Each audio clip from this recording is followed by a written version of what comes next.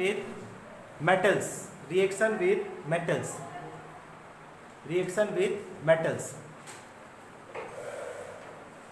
ठीक।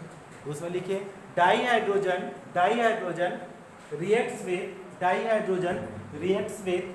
metal, dihydrogen reacts with metal to form metal hydride, in which oxidation number of hydrogen is how much? In which oxidation number of hydrogen is कितना होता है? -1। Okay, लीजिएगा example. हमारे पास क्या है 2Na + H2, तो ये क्या बना जाएगा 2NaH। एक और हमारे पास है कि Al है और हमारे पास 3H2 है, 2 मोल लीजिए यहाँ पे। तो आप यहाँ पे क्या बनता है कि ALH करके बनता है और ये 2 mole of ALH।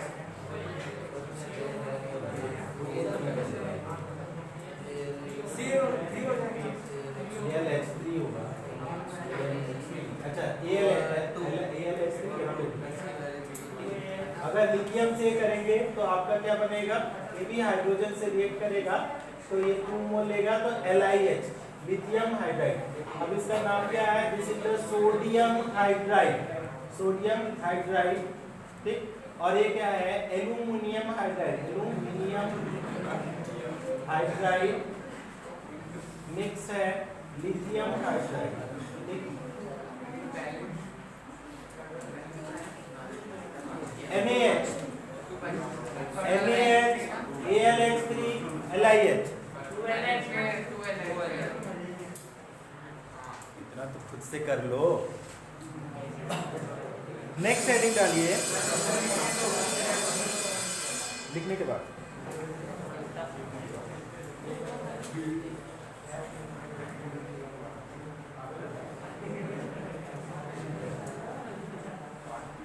Reaction with non-metal,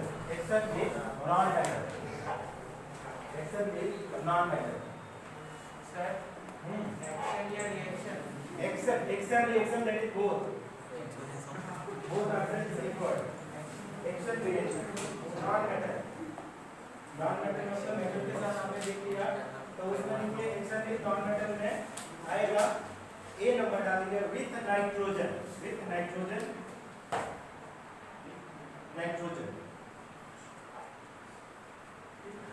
अब उसमें लिखिएगा डैश कॉमा लगा करके कि dihydrogen react with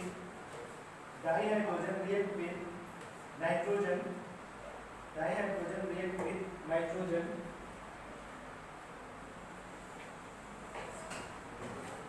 to form ammonia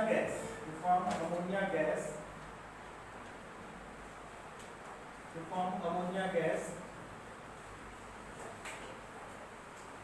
in the presence of Fe catalyst,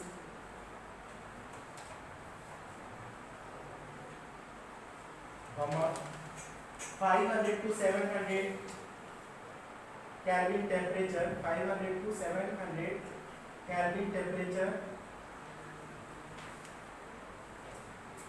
comma 200 atm pressure,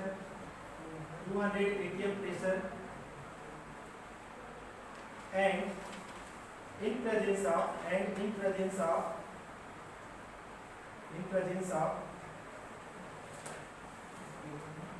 MO, molybdenum, MO, bracket में लिखेंगे catalyst promoter.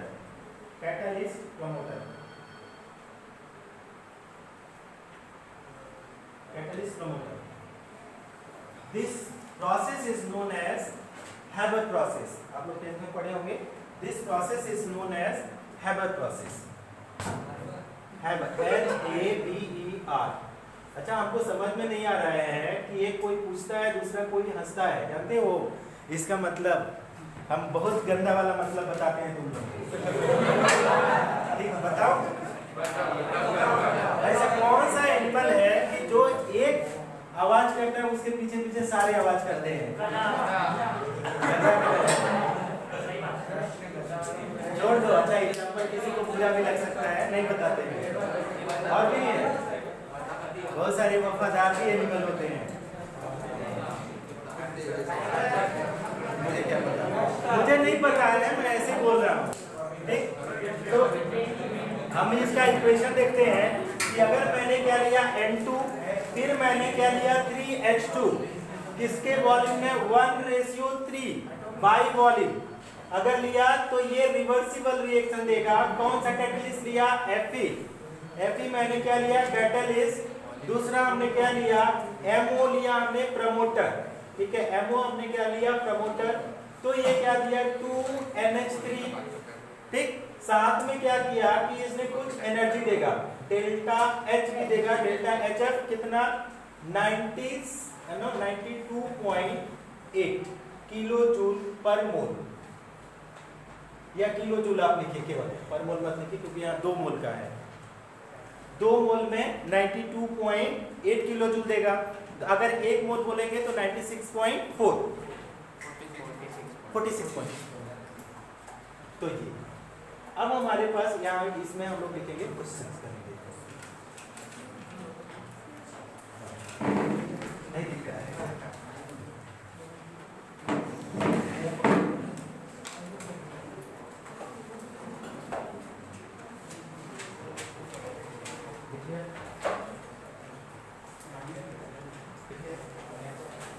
How can you increase, 2 question लिखो साथ में।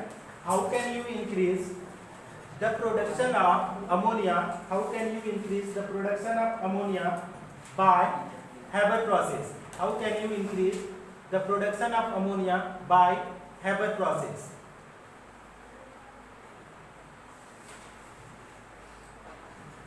Question number 2. How can you increase the production of ammonia by Haber process? Question number 2. Why it is advised to remove CO? Why it is advised to remove CO, carbon monoxide, CO, during the production of ammonia? Why it is advised to remove CO during production of ammonia by Haber process?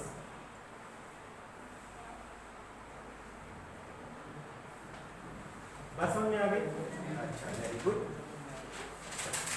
अब देखो, ली Chatelier principal हमने पढ़ा है, तो पहला question तो बता सकते हो कि अगर तुमने क्या किया कि अगर अमोनिया को निकालो, अमोनिया का कंसंट्रेशन कम करो, तो प्रोडक्शन बढ़ेगा घटेगा?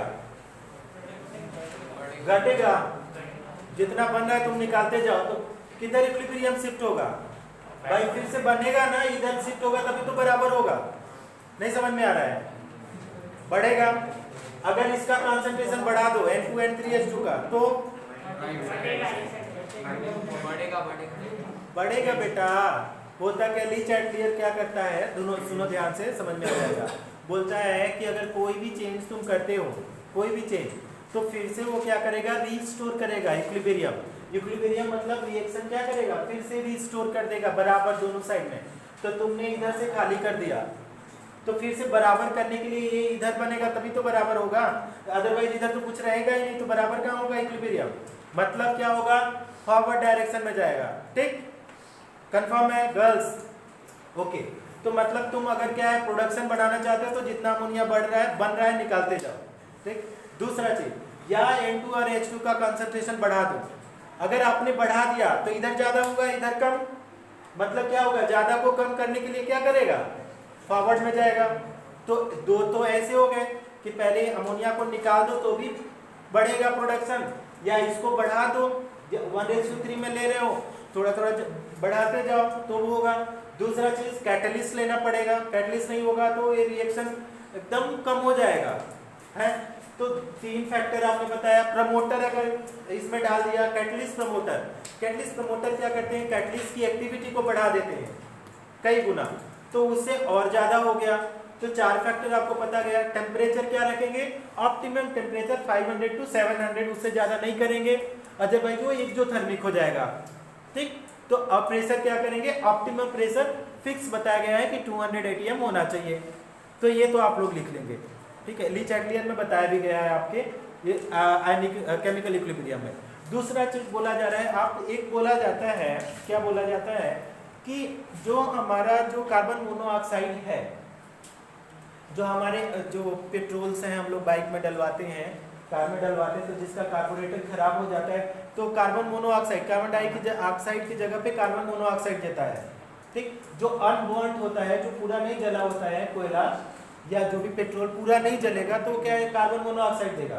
ठीक, वो करता क्या है कि हमारे लिए हार्मफुल, पॉइजनस होता है। क्यों पॉइजनस होता है, कोई रीजन बता सकता है?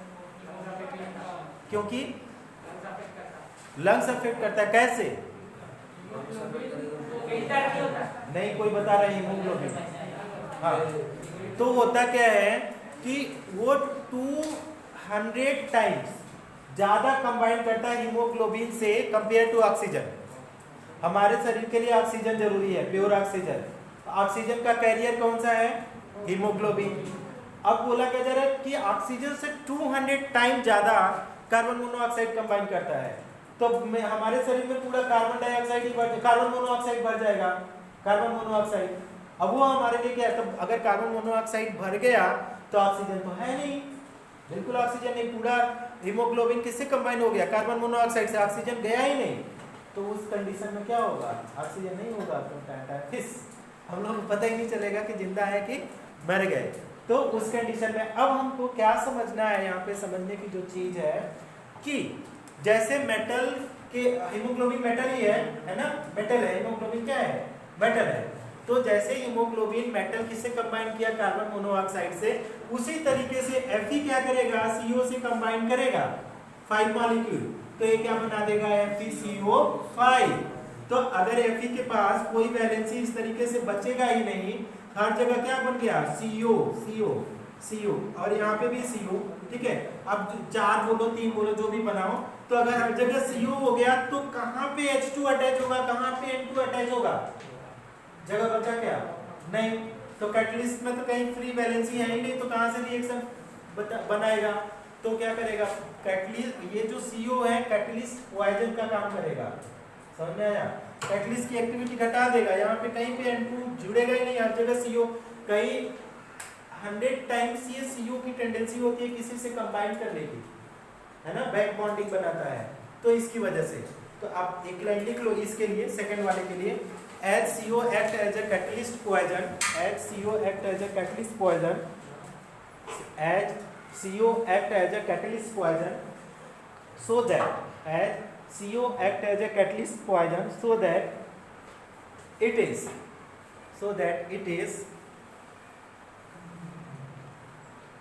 advised to remove from Haber process.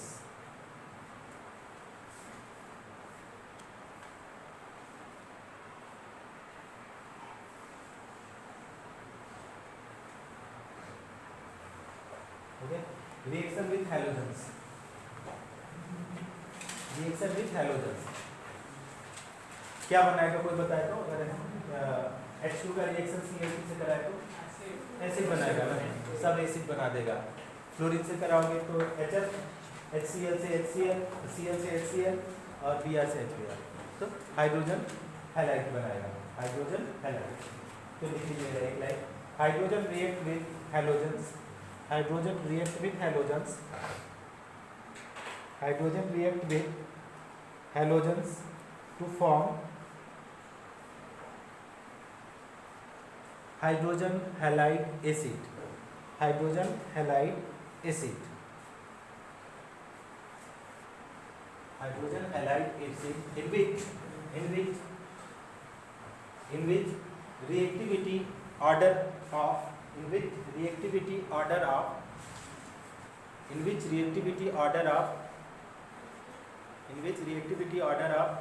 hydrogen with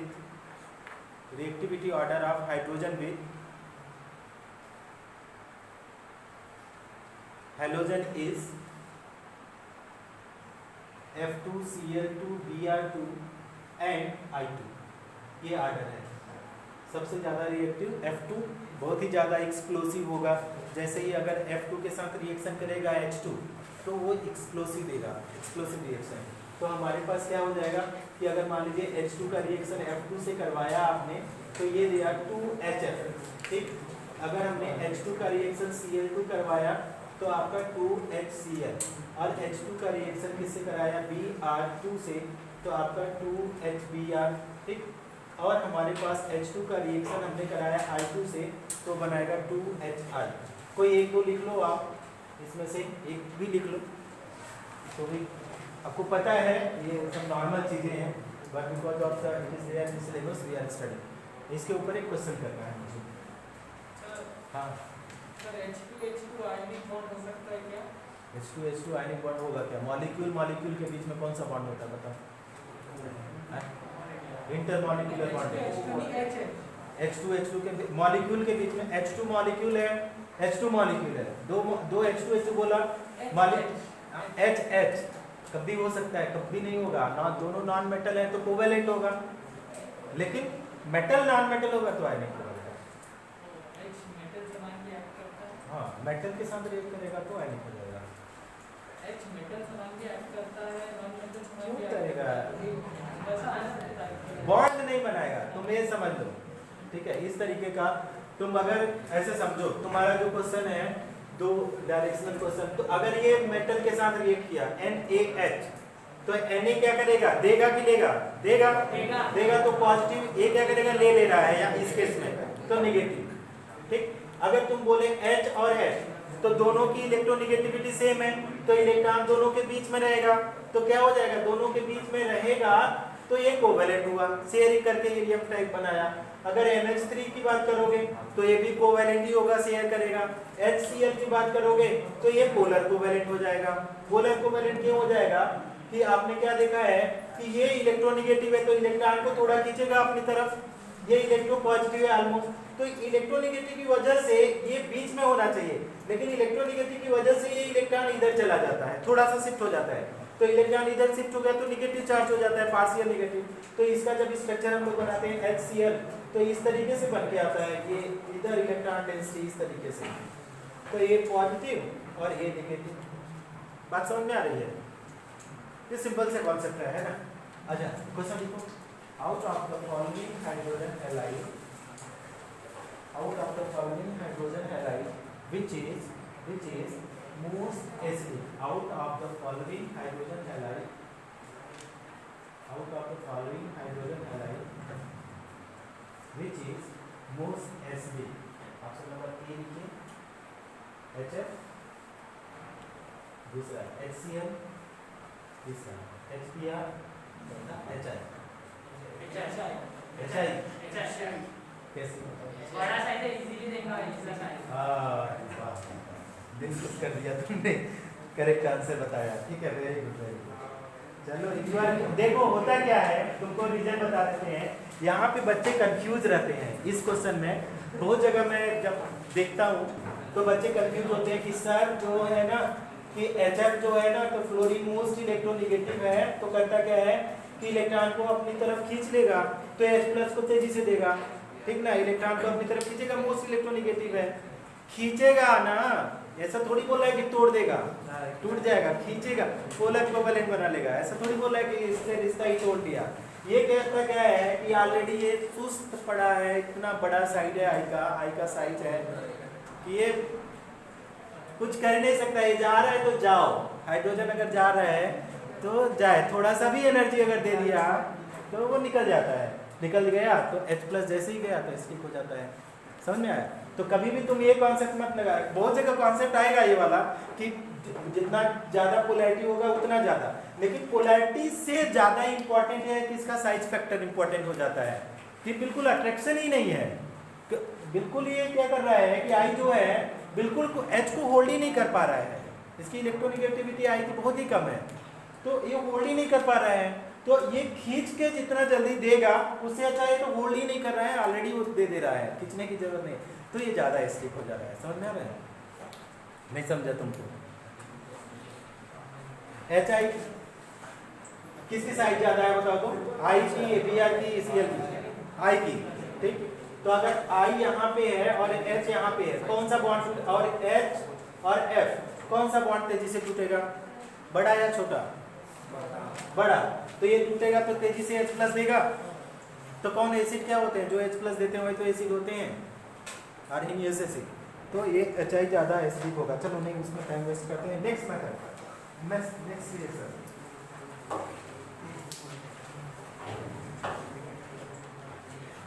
action with sulphur, action with sulphur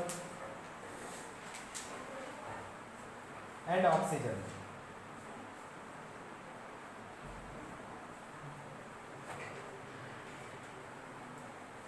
देखिए, when it react with sulfur, when it react with sulfur, it gives hydrogen sulfide. When it react with sulfur, it gives hydrogen sulfide. So H2 plus S, it will give H2S, and when it react with oxygen, it will give water. And when it react with sulfur, hydrogen sulfide, with water, oxygen, water, with oxygen, water. So H2 plus O2, तो ये क्या दे रहा है, ये 2 मोल लेंगे तो 2H2। Sulphur के साथ this is the hydrogen sulphide and this is the water. हो गया।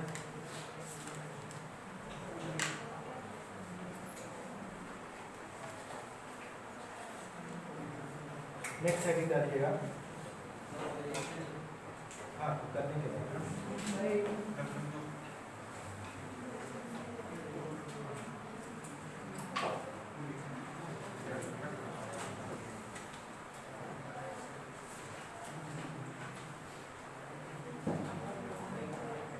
reaction with metal ions, reaction with metal ions, reaction with metal ions। Bracket में थोड़ा डालिएगा कैटायंस, ठीक है, कैटायंस के साथ रिएक्ट करेगा, कैटायंस। उसमें बस एक लाइन लिखिए, when hydrogen react with metal cation, when hydrogen react with metal cation, it reduce the metal, it reduce the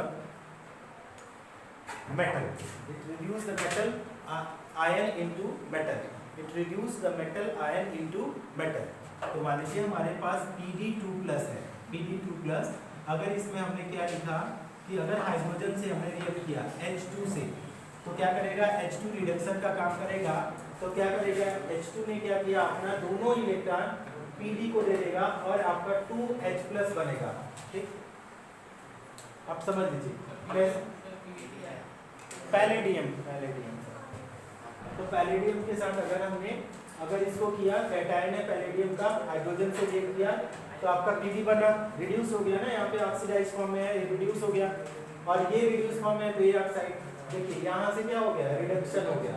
ठीक, यहाँ पे क्या हो गया, यहाँ पे 0 था, यहाँ पे +1 है, तो ये क्या हो गया, ऑक्सीडेशन। तो मेटल आयन को ये रिड्यूस करने की क्षमता रखता है।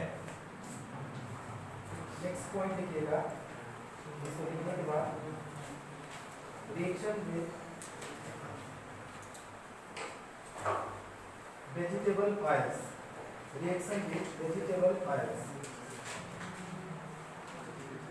Reaction with vegetable oils, OILS, तेल लिख लो, लिखो उसको, एक लाइन लिखो, when dihydrogen is treated with, when dihydrogen is treated with, when dihydrogen is treated with, when dihydrogen is treated with vegetable oil, then it undergoes hydrogenation reaction, it undergoes hydrogenation reaction, undergoes hydrogenation, HYDROGENATION, hydrogenation reaction, in the presence of metal catalyst bracket में metal catalyst bracket में Ni और Ni comma Pt और Pd nickel platinum और palladium कोई भी catalyst लीजिए then double bond of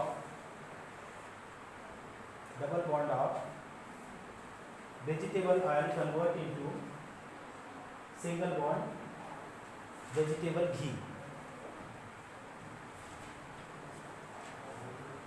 या fat लिख दीजिएगा double bond of vegetable oil convert into single bond unsaturated fat single bond fat of लिख अनसैचुरेटेड सैचुरेटेड फैट अनसैचुरेटेड तो सैचुरेटेड बेटा सैचुरेटेड ना सॉरी अनसैचुरेटेड अगर सैचुरेटेड है तो उसमें हाइड्रोजन थोड़ी ऐड होगा सैचुरेटेड मतलब सारी वैलेंसी सिंगल बॉन्ड से है अनसैचुरेटेड मतलब डबल बॉन्ड है अब इसका एक रिएक्शन लिख लो रिएक्शन इंपॉर्टेंट नहीं है बस आपको क्या करना है याद रखना है कि आपका अगर ऑयल से घी बनाते हो तो उसमें प्रोसेस पूछा जाता है कौन सा प्रोसेस यूज करते हैं हाइड्रोजनेशन प्रोसेस ठीक है कौन सा कैटलिस्ट यूज करेंगे मेटल कैटलिस्ट अब इसका अब ऑयल का फॉर्मूला आपको पता होगा तो लिख लीजिए CH3 फिर CH2 होगा ये N टाइम होगा फिर CH डबल बॉन्ड CH आएगा इसके साथ कुछ और ग्रुप जुड़ जाएगा मान लो अगर एसिड है तो हमने क्या लिखा COOH ये मान लो हमारे पास क्या ये आपका वेजिटेबल ऑयल है ओके वेजिटेबल ऑयल ठीक अब ये